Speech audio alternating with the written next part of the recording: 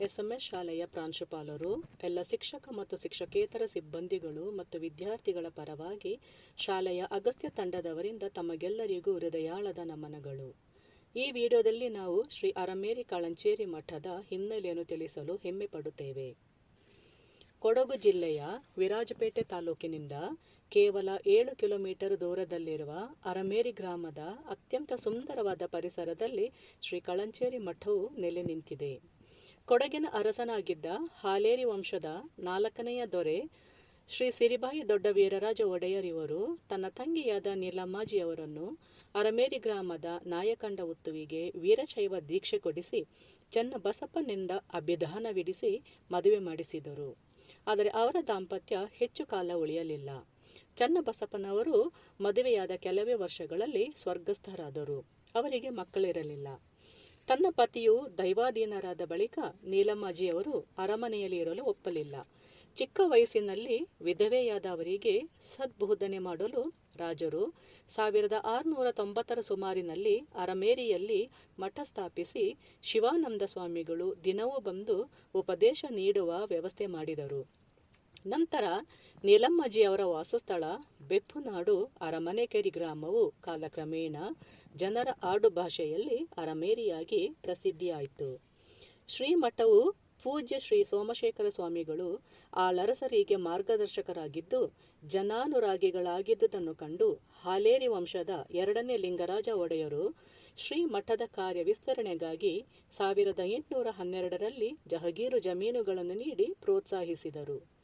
ಈ ಪರಂಪರೆಯಲ್ಲಿ 2ನೇ ಗುರುಗಳಾಗಿ ಶ್ರೀ ಗುರುಲಿಂಗ ದೇಶಿಕೇಂದ್ರ ಸ್ವಾಮಿಗಳು, 3ನೇವರಾಗಿ ಶ್ರೀ ನಂಜುಂಡ ಸ್ವಾಮಿಗಳು, 4ನೇವರಾಗಿ ಶ್ರೀ ಇಮ್ಮಡಿ ಸೋಮಶೇಖರ ಸ್ವಾಮಿಗಳು, 1890ರಲ್ಲಿ ಚರಮೂರ್ತಿ ಮಹಂತ ಸ್ವಾಮೀಜಿಯವರು ಪೀಠಾಧಿಪತಿಗಳಾಗಿದ್ದರು.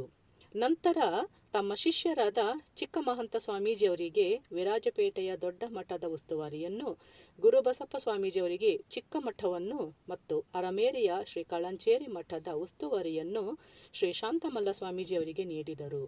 ಹೀಗೆ 6ನೇಯವರಾಗಿ 1946ರಲ್ಲಿ ಪಟ್ಟಕ್ಕೆ ಬಂದಂತಹ ಶಾಂತಮಲ್ಲ ಸ್ವಾಮೀಜಿಯವರು ಒಂದು ಸಣ್ಣ ಗುಡಿಸಿನಲ್ಲಿ ವಾಸವಿದ್ದುಕೊಂಡು ಗೊಂಡಾರಣ್ಯದಂತಿದ್ದ ಜಾಗವನ್ನು ಫಲವತ್ತವಾದ ಕಾಫಿ ತೋಟ, ಗದ್ದೆಗಳನ್ನಾಗಿ ಮಾರ್ಪಡಿಸಿದರು.